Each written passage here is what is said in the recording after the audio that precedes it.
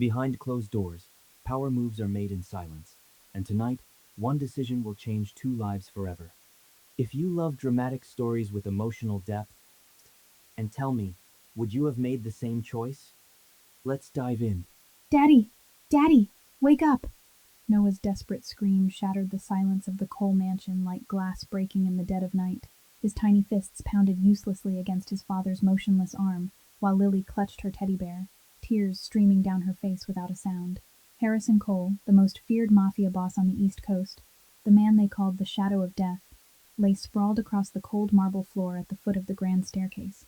His eyes were shut, his breathing shallow and controlled, a macabre performance executed to perfection. But no one else in that room knew it was all an act. To the children, their father had collapsed. To Penny, the young nanny who came running in with her face pale as ash, still wearing her simple blue uniform, this was an absolute tragedy.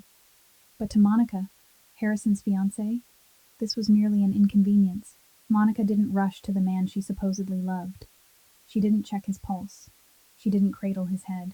Instead, her slender figure wrapped in a designer black dress took a step backward, her cold eyes darting toward the hallway, calculating, measuring, scheming.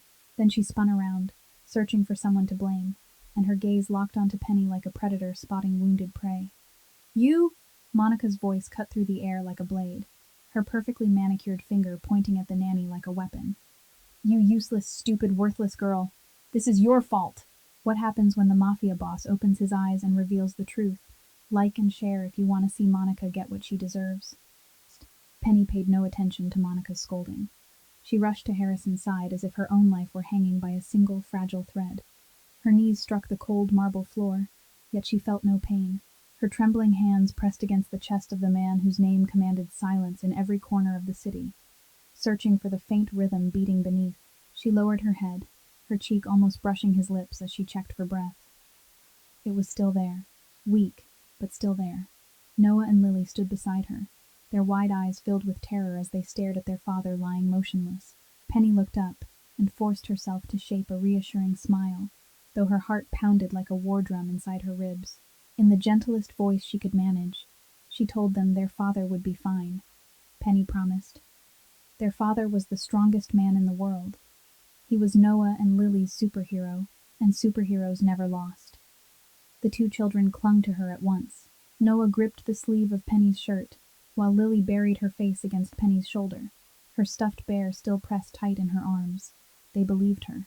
They had always believed her. Meanwhile, Monica had completely turned her back on the scene before her.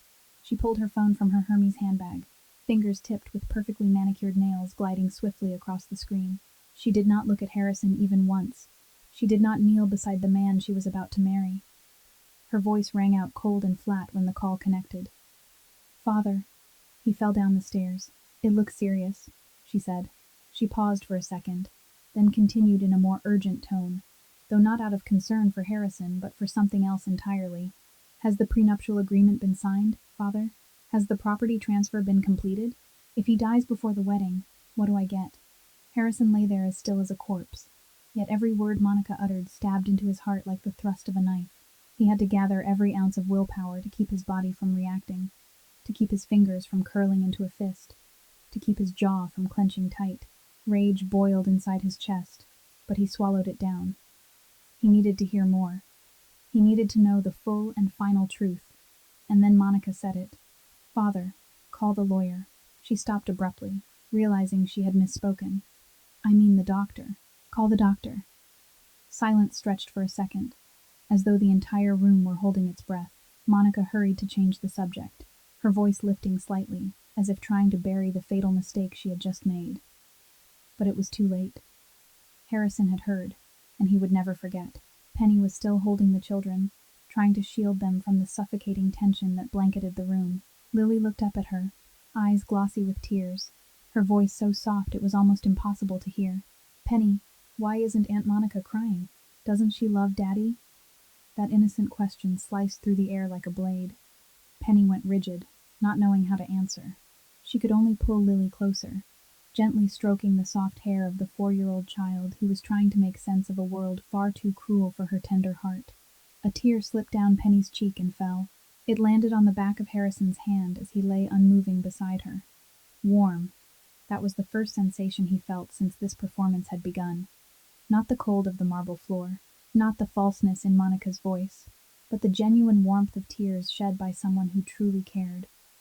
Penny drew in a deep breath, then lifted her gaze toward Monica, who was still speaking on the phone in the corner of the room. Her voice rang out clear despite the frantic pounding of her heart. "Miss Hale, please call 911 right now. Mr. Cole needs emergency help." Monica spun around, eyes sharply lined as though they could burn Penny where she knelt. She ended the call and stepped forward, the heels of her shoes striking the marble with cold, measured clicks. "Shut up. What would a servant know? You're nothing but hired help in this house. Remember that. I am handling this. I don't need you to tell me what to do." Penny did not retreat. She remained on her knees, still holding the children, still keeping one hand pressed to Harrison's chest, as if she could anchor him to this world by sheer will. Her eyes met Monica's, and in that moment something flashed between them.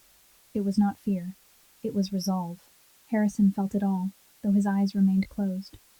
The warmth of Penny's hand against his chest, the broken sobs of his children, the cold cruelty in the voice of the woman he had nearly taken as his wife, and in his mind, the decision was made. Monica Hale would be out of his life. Immediately. Forever. Monica shoved her phone back into her handbag and turned around, her eyes blazing when she saw Penny still kneeling beside Harrison. "I told you to move away! You filthy thing! Don't you dare touch him with those servant hands of yours!" Penny lifted her face and looked straight into the eyes of the woman seething before her. She did not move so much as an inch. "He needs emergency care. Someone has to stay with him until the doctor arrives." Monica's teeth ground together. She could not believe that a mere maid in her house would dare to talk back, would dare to meet her gaze without the slightest trace of fear. It felt like a slap across her pride, an insult she could not tolerate. "Who do you think you are?" Monica roared as she lunged forward, her hand seizing Penny's hair and yanking it back hard. "You are nothing but a servant, a piece of hired help, something I can throw out whenever I please." Penny clenched her teeth against the searing pain tearing across her scalp, yet she did not release the children clinging tightly to her. Noah and Lily trembled in fear. Lily whimpered softly, while Noah stared wide-eyed in horror at the scene unfolding before him. "I am not going anywhere," Penny forced out through her clenched jaw. "The children need me." That answer poured oil onto the fire. Monica's rage boiled over, and she struck Penny with a force that sent a collective gasp through the room. Penny stumbled but held the children even tighter. Her long nails caught Penny's cheek, leaving a stinging mark that began to redden. A small drop of blood appeared, but Penny didn't flinch. Penny remained silent, refusing to give Monica the satisfaction of a cry, a scream, or a plea for mercy. She only turned back to look at Monica, with eyes as steady as tempered steel, and that drove Monica further into madness. Yet there was someone else who could not endure it any longer. Noah, a 4-year-old boy with tiny legs and a brave heart, suddenly released his grip on Penny and charged at Monica. He kicked hard at the woman's shin, his eyes red with fury. "Don't hit Penny. Penny is good. Penny loves me. You are the bad one. You are an evil witch." Monica nearly lost her balance from the unexpected blow. She steadied herself and glared down at the child as if she could devour him whole. "You dare kick me, you little brat." She lunged toward Noah, her face twisted in a terrifying snarl.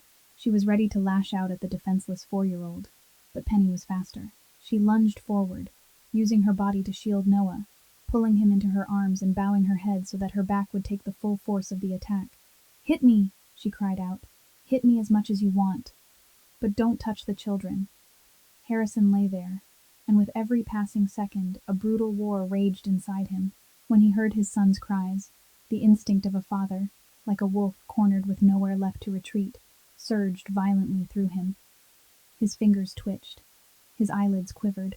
He almost opened his eyes, almost sprang to his feet to show Monica what hell truly meant. But he restrained himself. With all the iron will forged through years in the underworld, he held back. He needed to witness it to the very end. He needed to know who Monica truly was. He needed undeniable proof. Then heavy footsteps echoed from the doorway. Frank Mercer, Harrison's most loyal right hand, appeared with a face as cold as stone, though his eyes were sharp as blades, taking in everything. "The medical team has arrived, Mrs. Monica. Please step aside so the medical team can enter." Frank's voice was calm yet carried an authority that could not be challenged. Monica was forced to stop. She let out a scornful huff and stepped back, though her eyes still burned into Penny with pure hatred. Frank's gaze flicked to the blood streaming down Penny's cheek, and his eyes darkened for a fleeting moment. He committed every detail to memory, every wound, every drop of blood. The medical team entered, in truth Harrison's private doctor and trusted staff who had been arranged in advance. They lifted Harrison onto a stretcher and swiftly carried him out of the room. Penny remained kneeling there, holding Noah and Lily tightly in her arms. A faint red stain marked the shoulder of her blue uniform from where she had held the children close. But Penny's focus was only on them. Lily looked up, her red-rimmed eyes fixed on the cut on Penny's cheek. "Penny, you're bleeding!" Penny forced a smile, though her cheek burned as if set on fire. "It is all right, little princess. Just a small scratch. It will heal by tomorrow. Penny promises." 30 minutes later, the private medical suite inside the Cole mansion was steeped in a silence so heavy it felt suffocating. Harrison lay on the hospital bed, his eyes still closed, his breathing steady as though he had sunk into a deep and dreamless sleep. The family's private physician stood beside him, nodded to Frank, and spoke loudly enough for anyone outside the door to hear that Mr. Cole was stable. His vital signs were normal. It appeared to be nothing more than a temporary fainting spell brought on by overwork. The door flew open. Monica swept in like a storm, her face flawlessly made up again after her earlier fury, now arranged into a picture of perfect distress. Tears streamed down her carefully powdered cheeks as she rushed to the bedside. "My love," she cried out, her voice trembling with emotion. "I was so scared. I thought I had lost you. Don't ever frighten me like that again." Monica threw herself into Harrison's arms, crocodile tears soaking into his shoulder. She buried her face against his chest, her shoulders shaking as if overcome with sobs. A flawless performance, if no one knew the truth. But Harrison knew. Harrison slowly opened his eyes. Not the weak flutter of a man just regaining consciousness after a fainting spell, but a gaze sharp and cold, like a blade being drawn from its sheath. He did not return Monica's embrace. He did not lift his arms to hold her. He did not stroke her hair in comfort. He simply lay there, staring up at the ceiling, his eyes glacial and distant. Monica lifted her head, the smile still lingering on her lips, though unease began to creep in when she saw his expression. "My love? Are you all right? Can you hear me?" Harrison turned his head slowly to look at her. Silence stretched between them. 1 second, 2 seconds, 3 seconds. The smile on Monica's lips faded, replaced by a flicker of anxiety. Then Harrison spoke, his voice low and slow, like thunder rolling in the distance before a storm. "Who did you call first when you saw me fall, Monica?" The question struck like a fist. Monica blinked and drew back slightly. "Of course the emergency services," she stammered. "I was so worried about you. I was afraid something would happen, so I—" Harrison sat up, every movement deliberate and threatening, like a wolf rising from a long winter sleep. "The lawyer or the doctor? Monica?" he asked again, his tone unwavering. "Which one were you going to call?" Monica's face drained of color. Her mouth opened, but no sound came out. Her eyes widened in horror as she understood the meaning behind the question. Harrison rose from the bed, tall and imposing like a tower collapsing down upon her. He stepped forward, each slow, heavy footstep sounding like a sentence being pronounced. "I heard everything, Monica. The prenuptial agreement, the transfer of property. Your greed knows no bounds. Would you like me to repeat it?" Monica staggered backward, her eyes darting like a trapped animal searching for escape. "You misunderstood," she screamed in desperation. "I was just anxious, and said foolish things. I love you. Everything I do is for you." Harrison did not stop. He kept advancing, his gaze burning into her. Monica turned in another direction, seeking an exit, and then she saw Penny standing in the hallway beyond the glass panel, the 2 children still clinging tightly to her. "It is all her fault, that servant," Monica shrieked as though grasping at a final lifeline. "She harmed you. She made you fall. She is trying to seduce you to seize your fortune. Can you not see? She is the one who—" Enough. The single word cracked from Harrison's mouth like a gunshot, cutting through every excuse Monica tried to make. "Frank," Harrison called without even looking at her again. "Remove her from my house. Right now." Frank appeared at the door as though he had been waiting all along, 2 large bodyguards behind him, Monica screamed like a maddened animal. You can't do this. You need my family. The Cole and Hale Alliance. Without us, others will swallow you whole. Harrison turned to look at her one last time, his eyes stripped of all emotion. Tell your father the alliance ends tonight, and tell him that if he wants war, I am ready. The two bodyguards seized Monica by the arms and dragged her out of the room. She struggled wildly, her voice never ceasing its shrill cries. But as she was pulled across the hallway, her eyes locked onto Penny holding the children. Hatred blazed in Monica's gaze. You, she screamed with every ounce of venom she possessed. This is all your fault. You seduced him. You stole my place. I swear I will destroy you. You will have no place left in this world. And those two brats, she hissed through clenched teeth at Noah and Lily, who hid trembling behind Penny. I will make them pay. One by one, Penny wrapped her arms tighter around the children, offering no reply. Yet in her eyes, for the first time, true fear appeared. Not fear for herself, but fear for the two small, fragile lives shaking in her embrace. The mansion doors slammed shut behind Monica, cutting off her screams abruptly. Silence descended upon the estate like a heavy blanket. Harrison stood by the window of the medical suite, gazing into the darkness outside. The car carrying Monica sped away, its red taillights glowing like demonic eyes retreating into the night. Frank stepped up behind his employer, waiting. Harrison did not turn around as his voice broke the darkness. Increase security. Double it. The Hale family will not let this go. They will strike back. Frank nodded. I understand, sir. And Miss Penny and the children? Harrison was silent for a long moment before answering. Protect them. 24 hours a day, 7 days a week. Anyone who lays a hand on them will have to step over my dead body first. The night had grown very late. The Cole mansion lay wrapped in a hush after the storm that had torn through it. The only sound the steady ticking of the wall clock, measured and patient, like the heartbeat of some great beast finally at rest. Noah and Lily had been put to bed long ago, exhausted by too many upheavals in a single night. But Harrison did not sleep. He sat in his study, the glow of the desk lamp casting long shadows across his angular face as he sank deep into thought. At last, he ordered Frank to bring Penny to him. Penny entered the study with a trace of worry in her step, though she tried to steady herself. She had changed out of the blood-stained uniform into a simple white blouse and black trousers. The scratches on her cheek had been covered with a few strips of medical gauze, yet the dark red stains still showed faintly through the white fabric. She stood before Harrison's desk, her hands gripping the hem of her shirt, her head slightly bowed out of habit, the posture of someone long accustomed to standing at the bottom of the social order. But she was not trembling. Harrison watched her in silence, and for the first time in the 6 months she had worked in this house, he truly looked at her.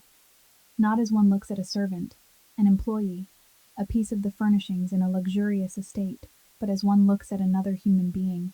He saw her slight frame, yet her back was straight, unbent even while standing before the most powerful Mafia boss on the east coast of the United States. He saw the dark circles beneath her brown eyes, born of worry and sleepless nights, yet within them there still burned something he rarely saw in anyone: resolve, courage, and the bandage on her cheek, quiet evidence of the sacrifice she had made for his family. Are you not afraid of me? Harrison asked suddenly, breaking the silence. Penny lifted her head, her eyes meeting his. She did not look away as most people did when confronted with his gaze. Sir, I am afraid, she answered honestly. You are the most powerful man I have ever met in my life. Harrison tilted his head slightly, intrigued. Then why did you dare argue with Monica? Dare to remain at my side when she ordered you away? Dare to take the blow meant for my son? Penny fell silent for a long moment, as though searching for words she had never spoken aloud before. When she finally spoke, her voice was soft but clear. Because I am more afraid of something happening to Noah and Lily than I am of anything happening to myself, sir. Harrison frowned. It was not the answer he was accustomed to hearing from employees. They usually spoke of money, of keeping their jobs, of fear of dismissal. No one ever spoke of loving children who were not their own blood. Why? He pressed. Why do you care for them so much? They are not your children. You are only a hired nanny.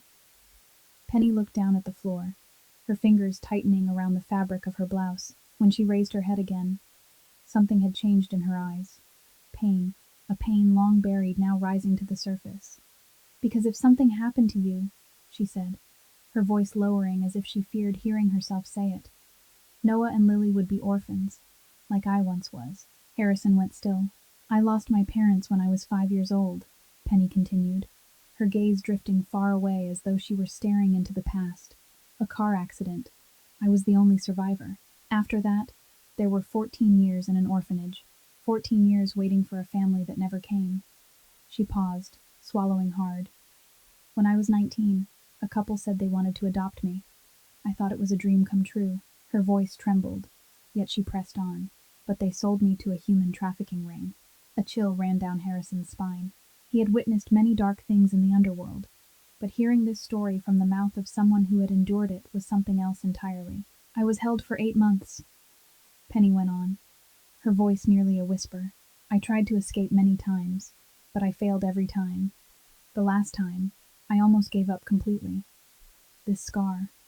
She touched her left wrist lightly, where a thin line lay hidden beneath her sleeve. It is what remains from the night I thought I could not endure any longer. The study fell into a heavy silence. Harrison looked at the young woman before him with entirely different eyes, no longer the gaze of an employer toward a servant, but of one human being toward another, who had walked through hell and survived. But I am still alive. Penny lifted her head, and now something stronger than pain shone in her eyes. Willpower. I escaped, and from that day on, I swore to myself that I would never allow any child to feel as alone as I once did. Never allow any child to know the terror of abandonment the way I did. That is why I love Noah and Lily, because I know what it means to lose your parents, and I will do everything in my power to make sure they never have to feel that. Harrison was silent for a very long time. He looked at Penny and, for the first time, saw himself in her. Two people marked by wounded pasts, two people the world had pushed to the brink, who had clawed their own way back. Two lonely souls, searching for something to hold on to. From this day forward, he said at last, his voice gentler than it had ever been, you are the official housekeeper and primary nanny of the Cole family. Your salary will be increased 5-fold. But Penny shook her head. Sir, I don't need money. Harrison's brow furrowed in surprise. Then what do you need? Penny met his eyes, her gaze so clear and sincere that it felt as though someone had pressed a hand against the long frozen heart of the Mafia boss and squeezed gently. Let me stay with the children, she said. That is enough. Then she bowed her head and left the room, leaving Harrison seated there with a strange sensation rising in his chest, a feeling he had believed had died long ago. Frank entered moments later, but Harrison lifted a hand to stop him before he could speak. Protect her, Harrison said, his voice no longer the cold command it usually was, but carrying something else entirely. Protect her the way you protect the children. Dozens of miles north of the Cole estate, the Hale mansion simmered in an atmosphere so taut it felt ready to explode. Wesley Hale stood in the center of his opulent living room, a glass of expensive whiskey trembling in his hand with barely restrained fury. His face was flushed a deep, dangerous red, the veins at his temples throbbing visibly. He dares to humiliate my daughter? Wesley roared and hurled the glass against the opposite wall. Crystal shattered, amber liquid splashing across polished stone and silk wallpaper. He dares to throw the daughter of Wesley Hale out of his house like a stray dog?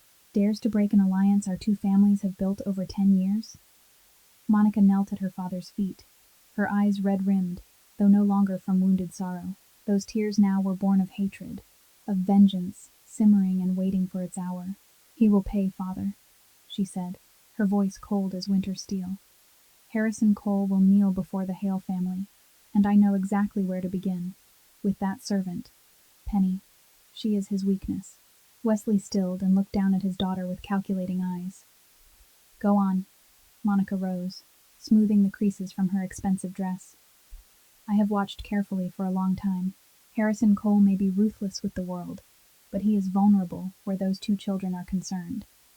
And that maid is the only person they trust completely. Strike her, and you strike his heart. Wesley nodded slowly, a cruel smile spreading across his lips. Then this is the plan. First, we spread rumors that Harrison Cole is losing his mind, that he no longer has the capacity to lead his empire. I will contact his underground partners and incite them to rebellion. Monica continued smoothly. And the final step, we take the children. Harrison will kneel to save his own blood. He will sign everything over to the Hale family. The Cole empire will belong to us. But how do we get close to the children? Wesley asked. After last night, he will certainly double security. Monica smiled, her eyes flashing with cunning light. I have someone inside his house, Father. Someone no one suspects. She will provide every piece of information we need. The children's schedule, gaps in the security system, everything. Wesley regarded his daughter with satisfaction. Excellent.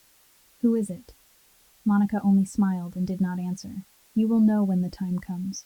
For now, I need to make a call. Meanwhile, back at the Cole mansion, Harrison sat in his study with Frank, reviewing the security footage from the previous night. The screen displayed Monica seizing Penny's hair, slapping her, raking her nails across her cheek. It showed Noah running forward to kick Monica's leg. It showed Penny shielding the boy with her own body. Harrison's jaw tightened, his teeth grinding together.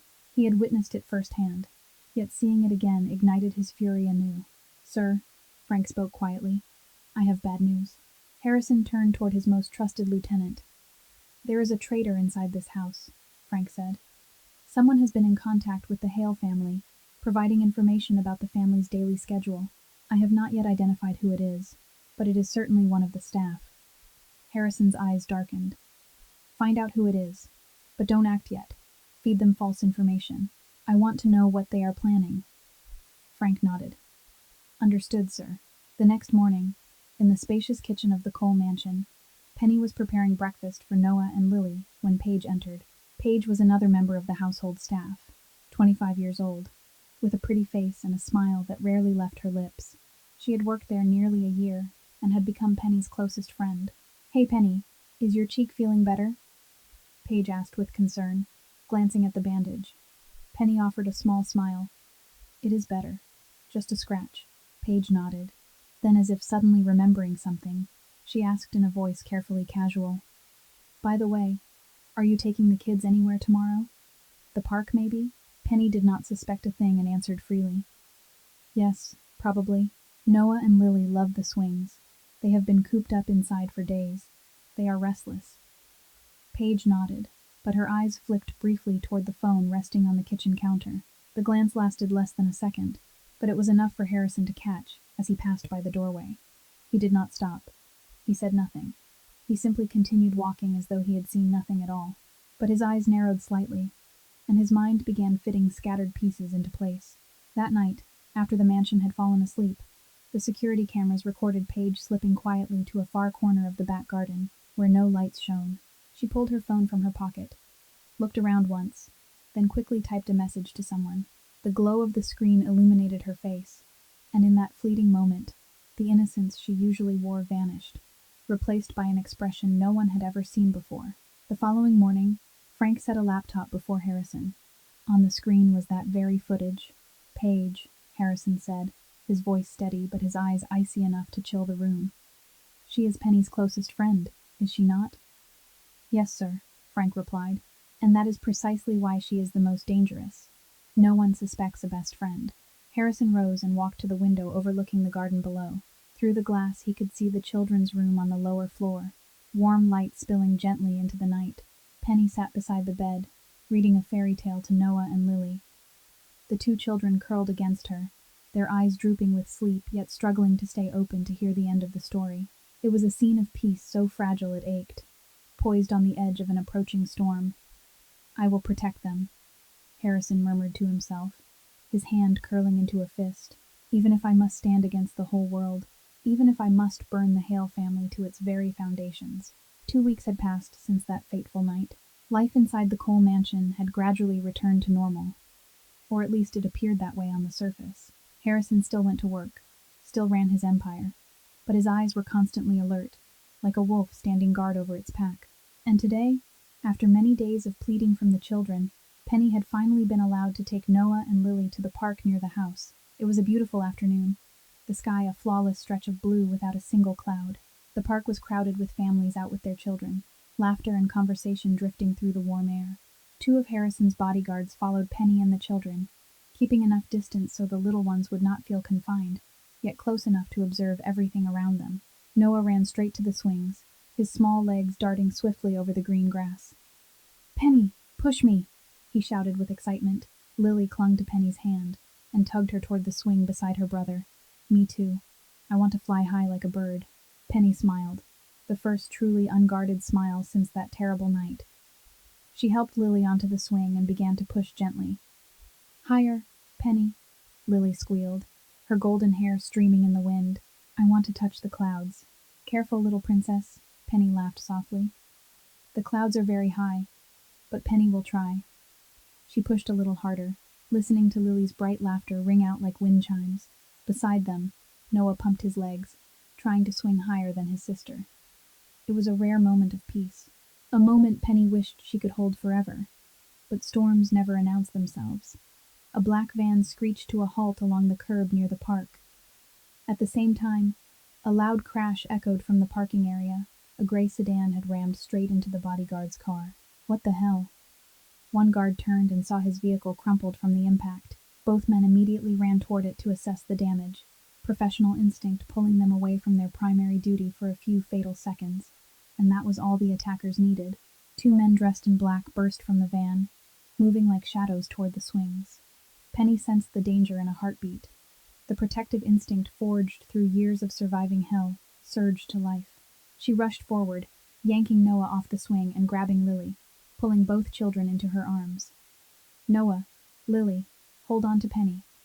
One of the men reached out to grab Lily, trying to pull her away, but Penny tightened her grip, placing herself between them so he couldn't touch the child. He was 3 times stronger than she was, but Penny refused to let go.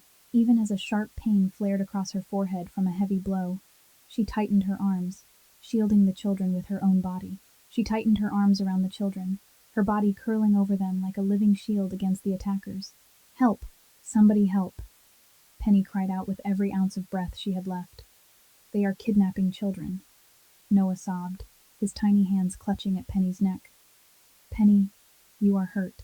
There is blood. Lily cried out, burying her face against Penny's chest for safety.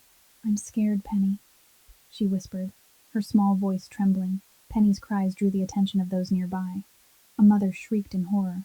A man pulled out his phone and called the police. The crowd began to stir, moving closer. The 2 bodyguards finally grasped what was happening and turned back, running toward the swings with guns in hand. Retreat! One of the attackers snarled when he saw the situation turning against them.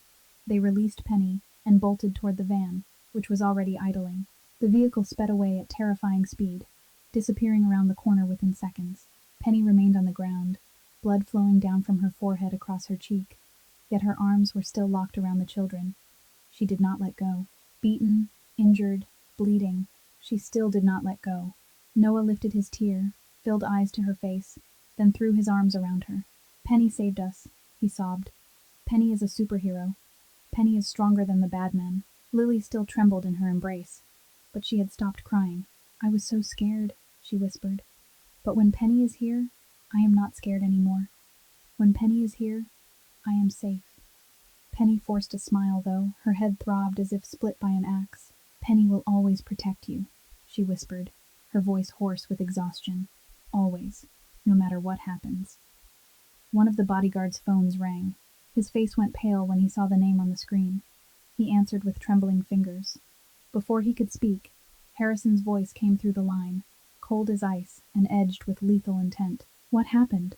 The guard swallowed and stammered out the report. Someone attacked the children. Miss Penny was injured protecting them. The attackers escaped. The children are safe because of her. Silence stretched from the other end of the call, a silence more terrifying than any outburst of rage. And then Harrison spoke, only one sentence before ending the call. I am coming home now. Harrison's car screeched to a halt at the gates of the mansion, tires grinding against the gravel. He was out before the driver could open the door, long strides carrying him across the courtyard and into the house. Frank, standing at the entrance, saw his employer from a distance, and for the first time in 20 years at Harrison Cole's side, he witnessed something close to panic on the face of the man who was always as cold as ice. Harrison's gaze swept across the living room and stopped at the corner sofa.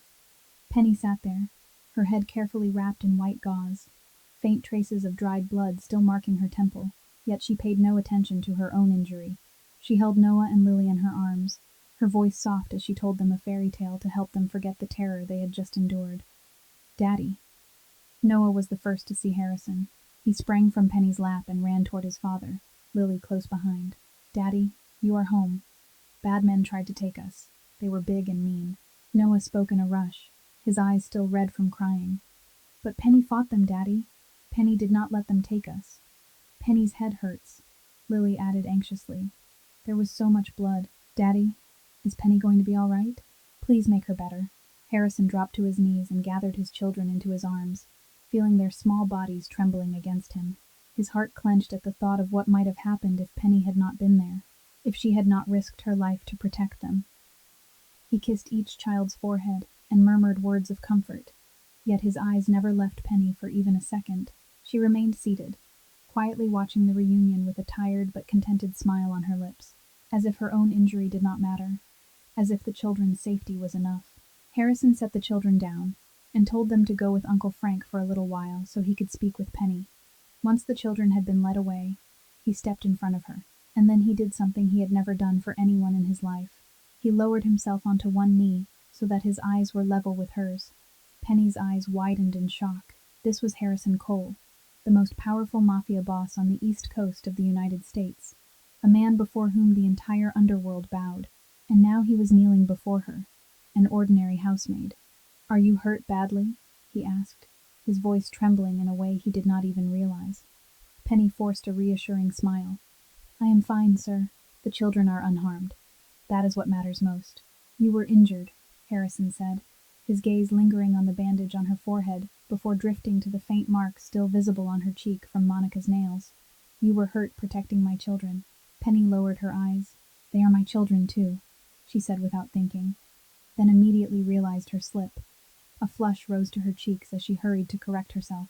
I did not mean to." Harrison looked at her for a long, searching moment. Then he nodded slowly. "I understand what you meant," he said, his voice softer than she had ever heard it. "And you are right. They are your children, too." The air in the room felt thick, almost tangible. Harrison lifted his hand and gently touched the edge of the bandage on her forehead. She flinched slightly at the unexpected contact, but did not pull away. "Does it hurt?" he asked, nearly in a whisper. "It is nothing," Penny replied, repeating the familiar phrase she had said so many times in her life. "Just a small—" "Don't say it is nothing," Harrison interrupted, his eyes steady and serious. "You deserve to be cared for. You deserve to have someone worry about you.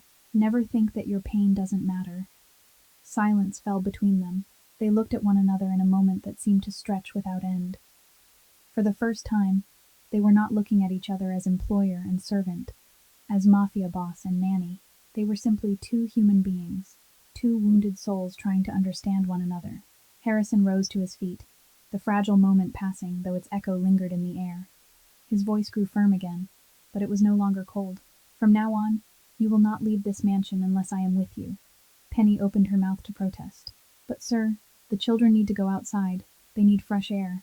They need—" "This is not a request," Harrison cut in, though his tone softened slightly. "It is an order, and a promise. I will not let anyone lay a hand on you or the children again, no matter the cost." Penny looked at him and understood. This was not control, not confinement. It was protection. The protection of a man too familiar with loss, unwilling to lose anyone else. She nodded slowly. "I understand, sir." Harrison turned to Frank, who stood at the doorway. "Find out who leaked the park schedule," he ordered, his eyes darkening with cold, lethal intent. "Someone in this house betrayed us. I want to know who." Frank inclined his head. "I will find out, sir." "And prepare," Harrison continued, his voice like the low growl of a wolf before battle. "It is time we strike back. The Hale family wants war. They will have war."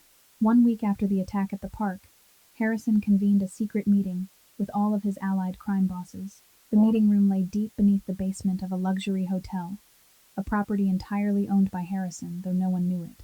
12 of the most powerful men on the east coast of the United States sat around a long oak table, the tension in the air so sharp it could have been sliced with a blade. Harrison stood at the head of the table, his eyes cold as steel as they swept across each face. Then he signaled for Frank to turn on the recorder. Monica's voice filled the room, clear and cutting. "Father, call the lawyer. I mean the doctor.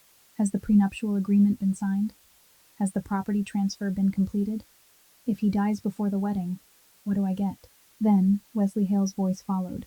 discussing plans to seize the Cole Empire through marriage, to turn Harrison into a puppet in the hands of the Hale family, to swallow each of his allies one by one once control had been secured. When the recording ended, silence fell heavily across the room. The bosses exchanged looks of disbelief. Wesley Hale, one silver-haired man, spoke first, anger thick in his voice. He planned to devour all of us, to use his daughter to take Cole, and then who would be next? The alliance with Hale ends today, Harrison declared, his voice steady and unyielding. From this moment on, anyone who stands with him stands against me. The men nodded in agreement. No one wished to become the next prey of the Hale family. No one wanted to gamble their future on a man willing to stab his allies in the back. Wesley Hale was officially isolated within the underworld. That evening, the Cole mansion rested in a rare and fragile peace. After so many storms, this was the first quiet moment the small family had known. Harrison sat on the large sofa in the living room. Noah curled against his left side, while Lily leaned her head on his right shoulder. Penny sat in the armchair opposite, a fairy tale book open across her lap, her voice soft as a lullaby, as she read about a princess and a brave knight. Harrison was not truly listening to the story. He was watching the way Penny shifted her tone for each character, the way she smiled when the children giggled, the way the warm golden lamplight illuminated her face and made her brown eyes shimmer as though filled with 1,000 stars. And he realized this was a sight he had never known in all his 36 years of life. A real family.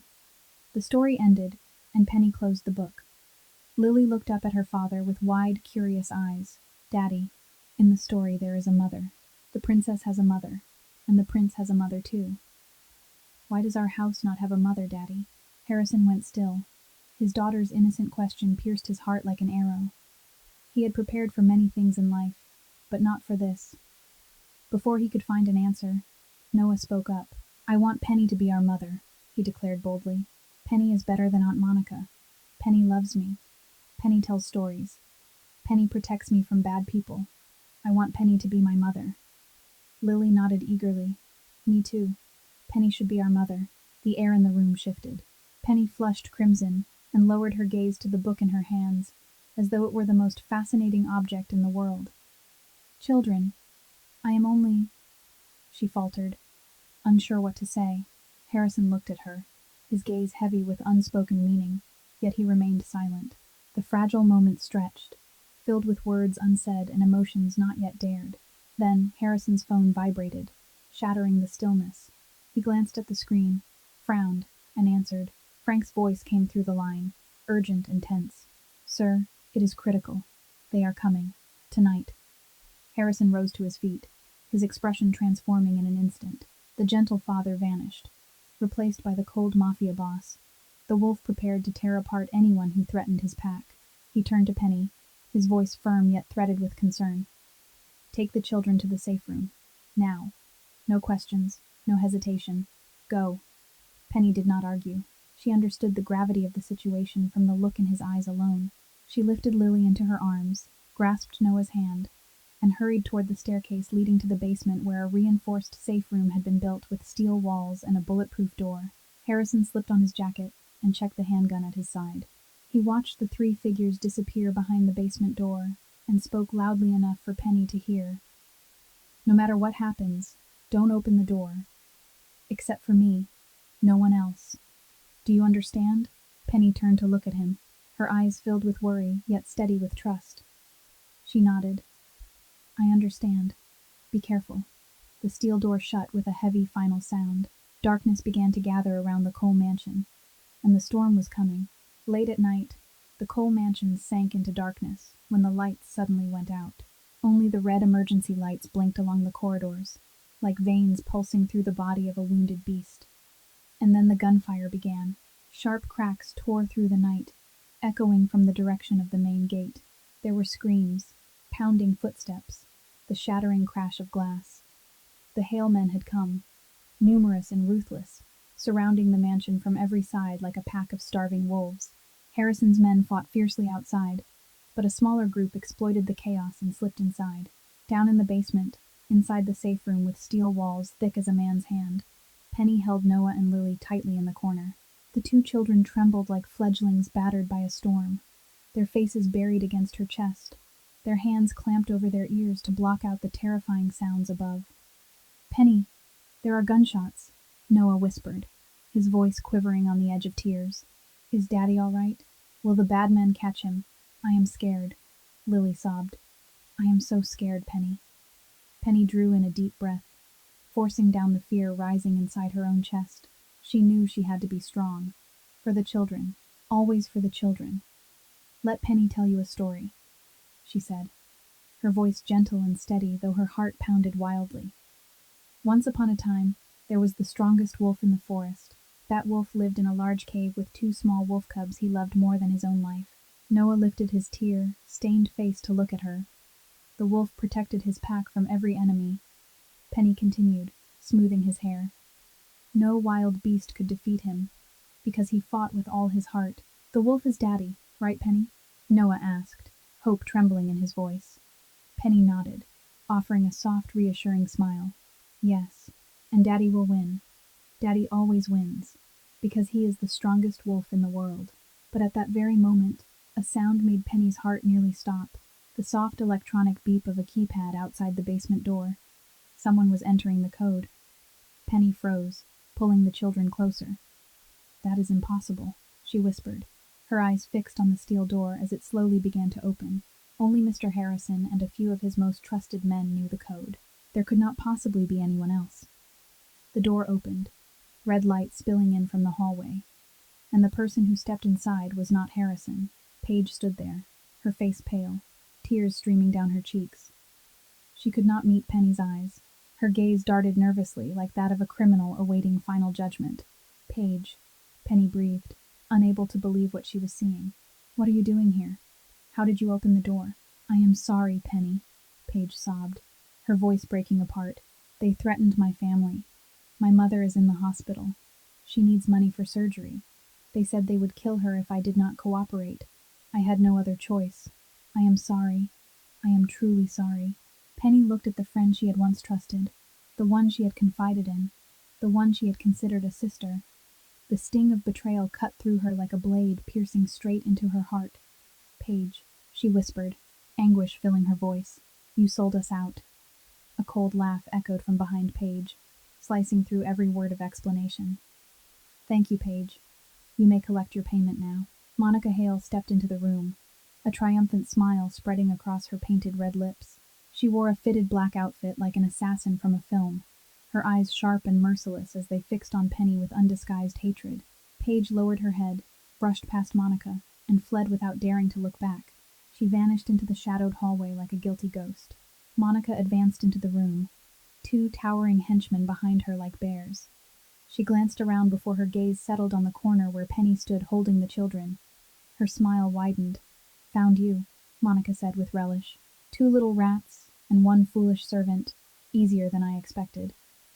Noah and Lily screamed at the sight of Monica, memories of that previous night crashing back in terror. They clung to Penny as though she were the only lifeline in a raging sea. "Grab the brats," Monica ordered her men, her voice icy and merciless. "Harrison Cole will kneel to save his children. He will sign everything over to the Hale family. The Cole empire will belong to us." The two henchmen stepped forward, arms reaching to seize the children. But Penny rose to her feet, placing herself squarely between them and the children. The fear was gone from her eyes now. Only resolve remained. Only the iron will of a woman ready to die to protect the children she loved. "If you want to touch them," she said, her voice clear and unwavering in the steel-lined room, "you will have to step over my dead body first."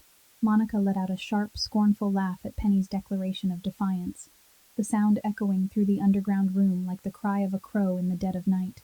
She walked forward step by deliberate step, the heels of her shoes striking the concrete floor in a steady rhythm, like a countdown to an execution. "You? Stop me?" Monica sneered. "You are just a servant. Remember that. Trash someone picked up to scrub floors and wash dishes. Who do you think you are to stand in my way?" Penny did not retreat a single inch. She stood there, small in stature yet steady as a stone against a raging current, shielding the trembling children behind her. "And you are only a loser trying to salvage what you have already lost," Penny replied, her voice astonishingly calm.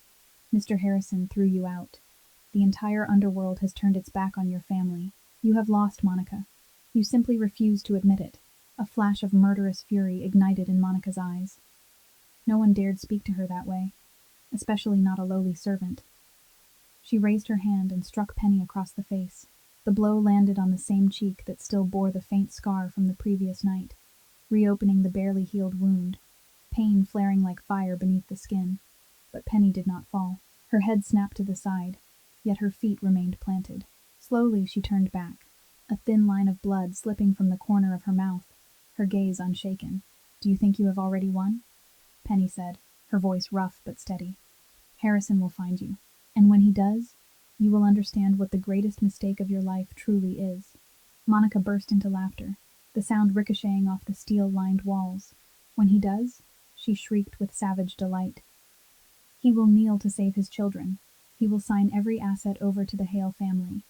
The Cole Empire will belong to us. That has been the goal from the very beginning, you foolish girl." Penny looked at her for a long moment, then asked quietly, almost gently, "You never loved him, did you?" Monica stopped and stared at Penny as though she had just heard the most absurd question imaginable. "Love?" she scoffed. "This is the underworld, child. There is no love here. There is only power, money, and those clever enough to seize it. Harrison Cole has all of it, and I should have owned it all. Him, his children, his empire, everything should have been mine." Penny shook her head slowly, fear gone from her eyes, replaced by something that looked almost like pity. "You are wrong, Monica," she said softly. "Love exists. Real love exists. It is in Noah's eyes when he looks at his father, in Lily's smile when she is held in his arms, in the way Mr. Harrison protects the people he loves. And that is something you will never have, because you don't understand it, because your heart is empty." "Shut up!" Monica screamed, her face flushed with rage. "What do you know about love? You are nothing but a servant. Trash. A nobody."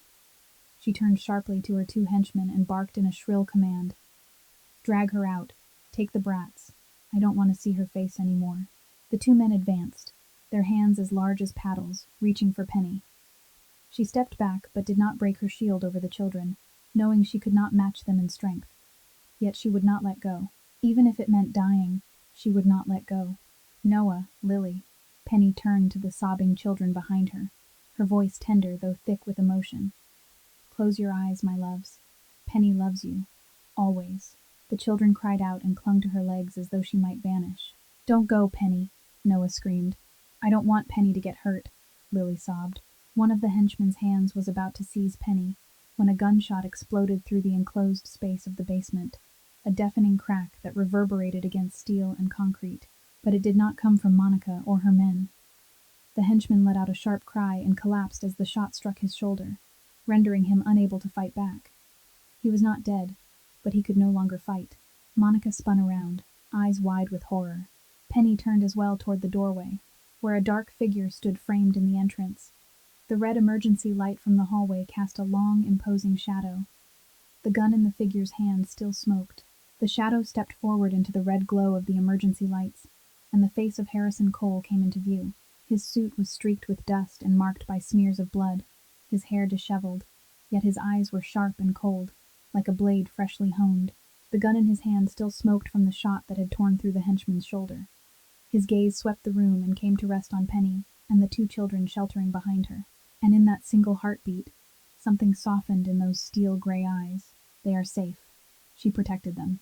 Frank Mercer appeared just behind Harrison, swiftly subduing the remaining henchman who had been reaching for his weapon. He twisted the man's arm behind his back and forced him to the floor with the ease of a puppeteer cutting a string.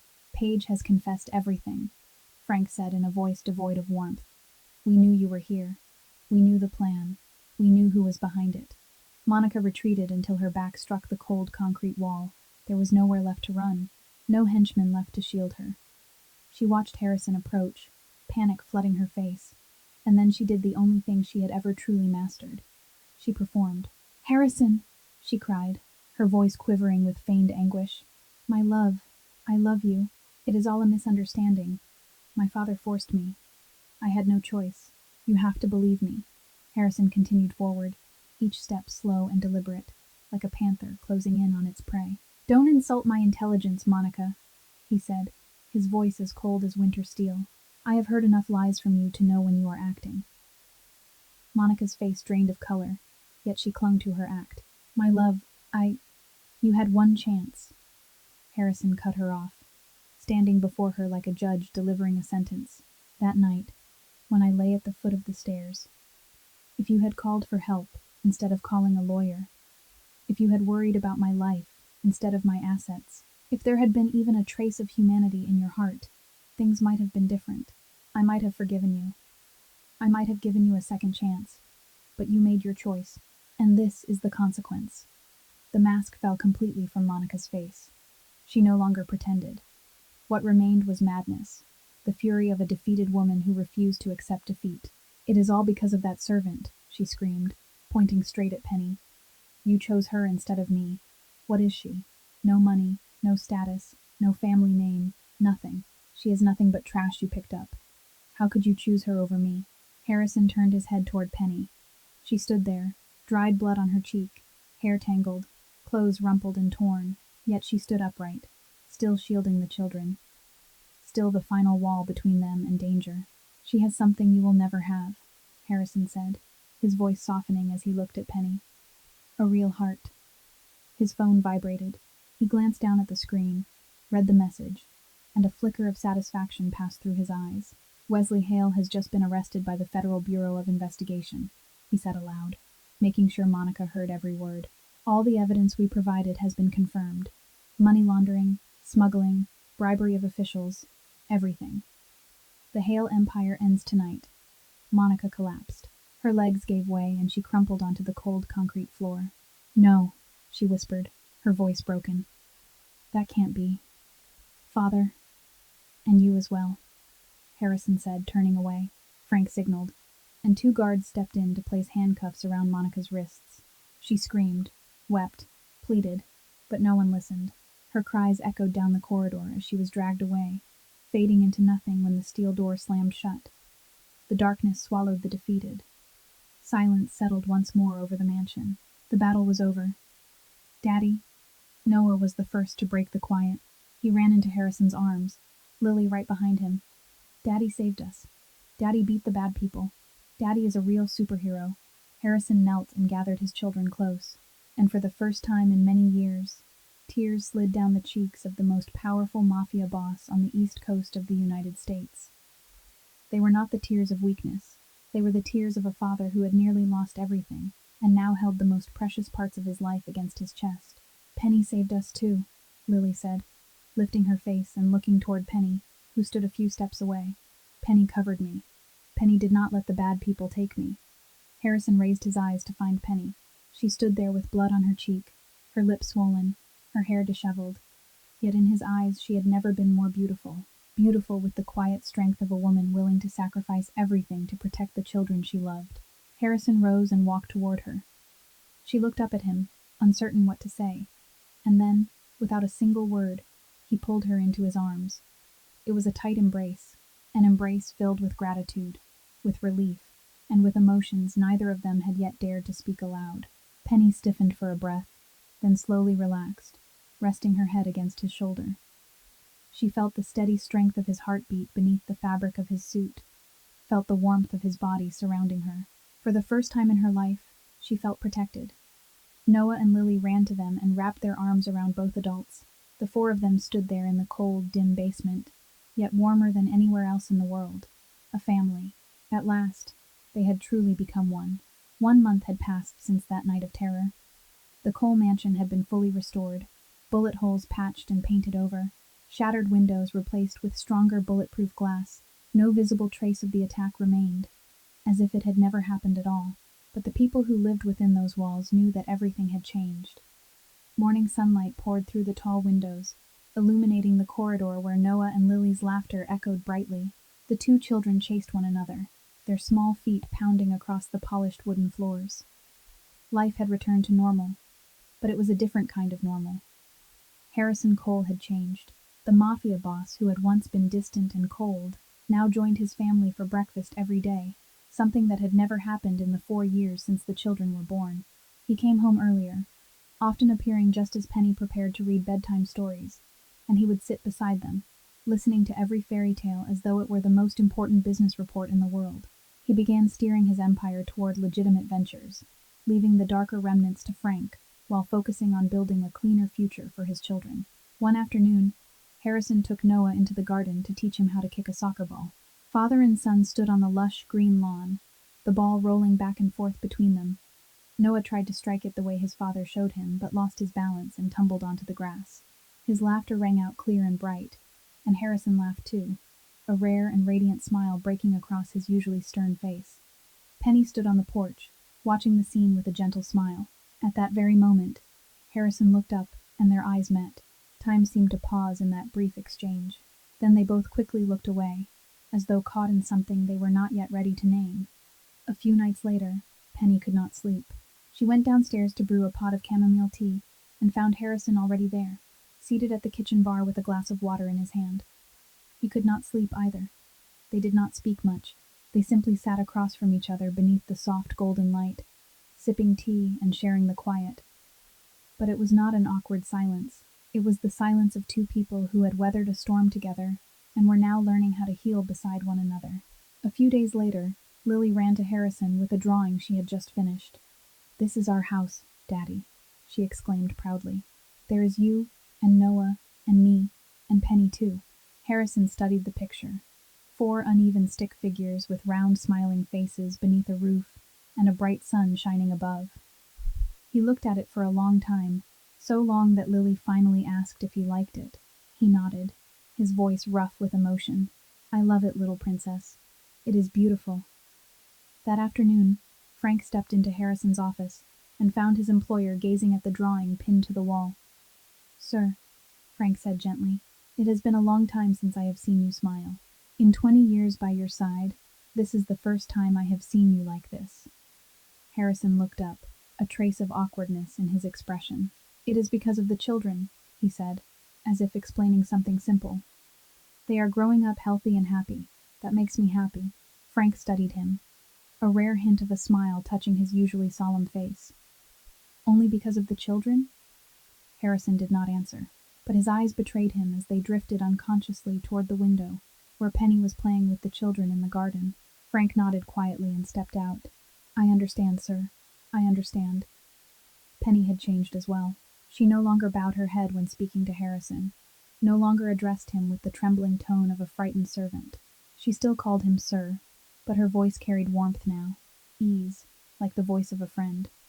Sometimes she caught him looking at her, and she would blush and turn away, her heart skipping a beat.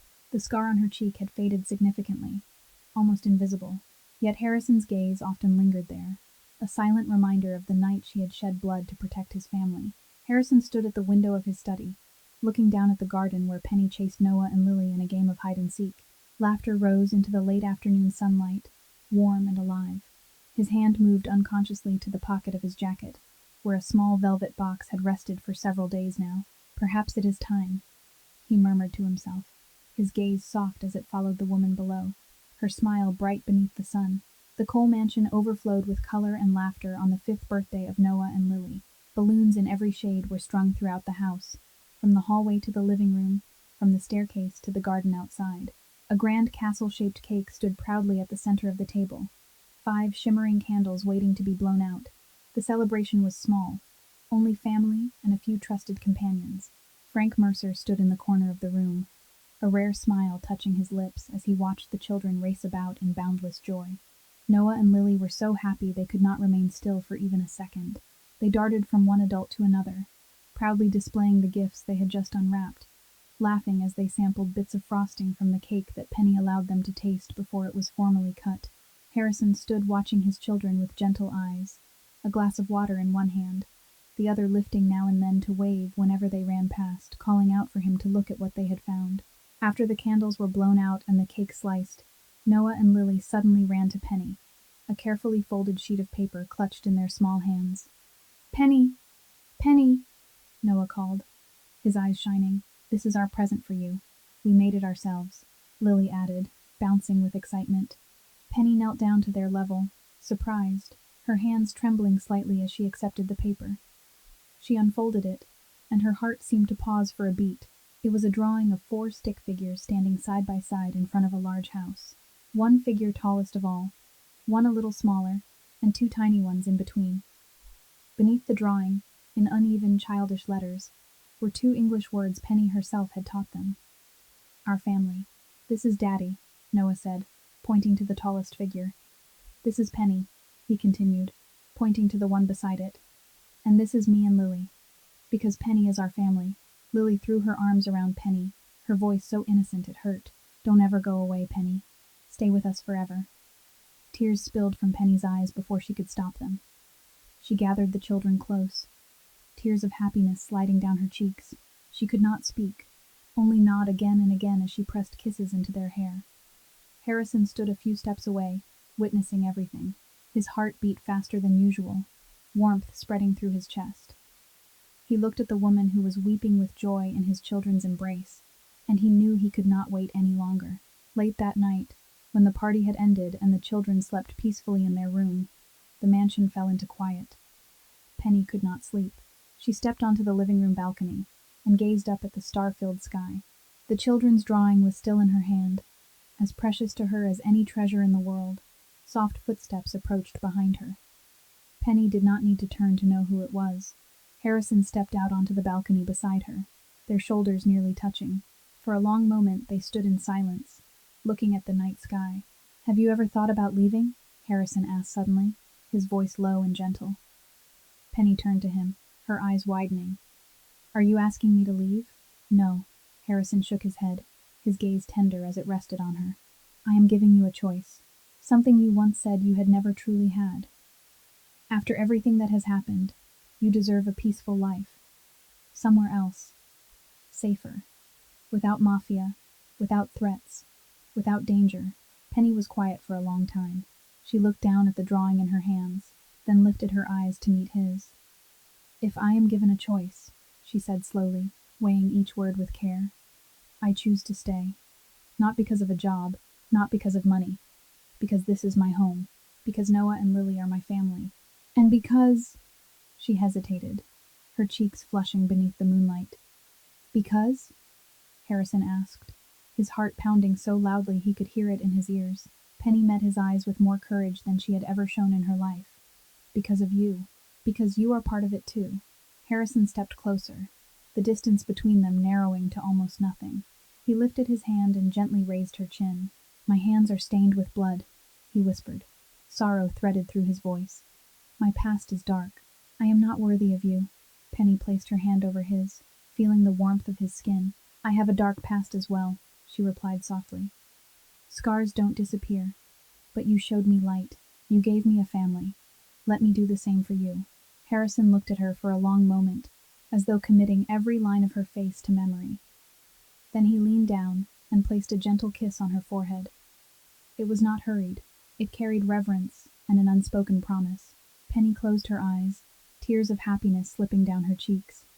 She felt the love within that kiss, felt the patience and quiet waiting it held.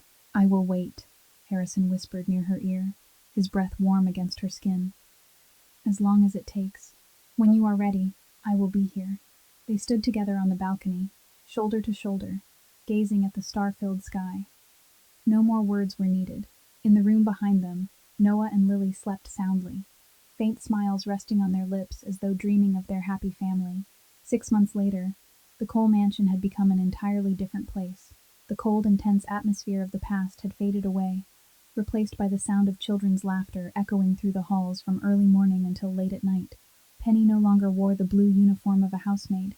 She dressed in simple yet elegant dresses, her hair falling naturally over her shoulders, her face radiant with a smile that seemed always to linger. Noah and Lily now called her Mommy Penny, as naturally as if it had always been so, as if she had been born to be their mother. Harrison had shifted most of his operations into legitimate enterprises, leaving the remaining shadows for Frank to manage while gradually withdrawing from the underworld. He was still powerful, still respected and feared, but that power was now used to protect his family, rather than expand an empire. He laughed more, he loved more, and he devoted more time to his children than any mafia boss in history ever had. Once, Frank stepped into the study and found Harrison scrolling through family photographs on his phone. Sir, you are becoming an ordinary man, Frank said with a teasing smile. I am not sure whether to be pleased or worried. Harrison simply smiled. neither confirming nor denying it. But that smile said everything. That afternoon, Harrison sat on the lush green lawn while Lily perched behind him, attempting to braid his hair even though it was cut so short there was almost nothing to braid. She worked with patient determination, murmuring that Daddy would be the most handsome man in the world once she finished. Noah was trying to climb onto his father's back, demanding to be carried around the garden like a horse, his laughter ringing out each time Harrison neighed in playful protest. Penny stood on the porch with a glass of cool lemonade in her hand, watching the scene with the most contented smile she had ever known. This was her family. This was her home.